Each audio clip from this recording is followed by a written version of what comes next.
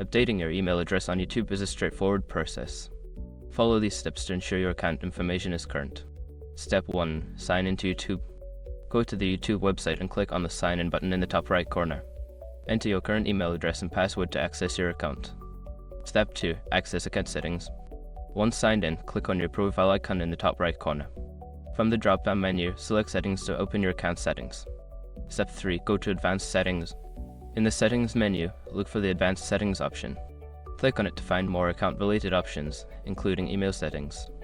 Step 4. Change email address. In the Advanced Settings, you should see an option to change your email address. Click on this option and follow the prompts to enter your new email address. Step 5. Verify your new email. After entering your new email address, YouTube will send a verification email to that address. Check your inbox for the verification email and click on the link provided to confirm the change. Make sure to keep your account information updated to ensure you receive important notifications and updates.